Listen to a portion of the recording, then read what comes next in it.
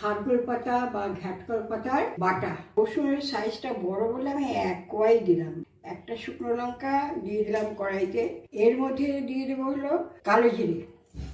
কালো জিরাটা আমি ভেজে তুলে রাখবো। আর কালো জিরে ভাজা হয়ে গেছে, নামিয়ে নিলাম। সামান্য একটু তেল দিচ্ছি। রসুনটা আমি কুচিয়ে এই তেলের মধ্যে দিয়ে দিলাম। মোটামুটি ভালো হয়ে গেল।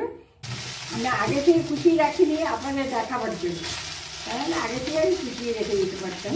নুনটা দিয়ে পরিমাণ মতো নুন দিয়ে দিলাম। খুব সামান্য একটুখানি হলুদ দিলাম। মাংসের একটু বাটাটা একটু মিষ্টি দিয়ে দিলাম। কাঁচা লঙ্কাটা দিয়ে দেবো। এবার একটুখানি ঢাকা চাপা দিয়ে রাখলাম। সিদ্ধ হয়ে গেছে।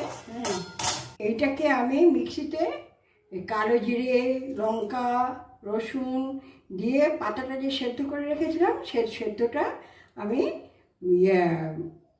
পেস্ট করে নিলাম। 1.5 পালির মতন তেল দিলাম। এটা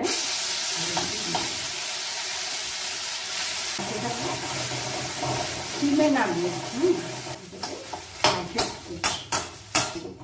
এইরকম কড়াই গরমটা নিয়ে নিলাম।